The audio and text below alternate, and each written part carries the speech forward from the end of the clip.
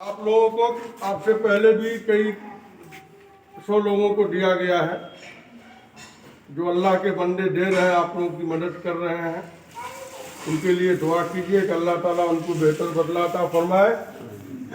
اور آج بھی آپ لوگوں کو تقریباً دیا جا رہا ہے، یہ سب راشن کٹ ہے، اس میں چاول ہے، دال ہے، تیل ہے، پیاز ہے، نمک ہے، ہلدی، مرچائی، دھنیا، چینی، چوڑا، چنا، تیل، یہ ساری چیزیں ہیں جو آپ لوگوں کو دیا جا رہا ہے۔ جو لوگ دیے ہیں ان کے لیے دعا کیجیے کہ اللہ تعالیٰ ان کو ان کی کمائی میں خیر و برکت عطا فرمائے اور ہر مصیبت سے اللہ تعالیٰ ان کی حفاظت فرمائے، یہ دعا کیجیے۔ اور دوسری بات یہ ہے کہ آپ لوگ پاک صاف رہیے اور اپنے بچوں کو پڑھائیے لکھائیے، بیٹی ہو یا بیٹا سب کو پڑھائیے لکھائیے۔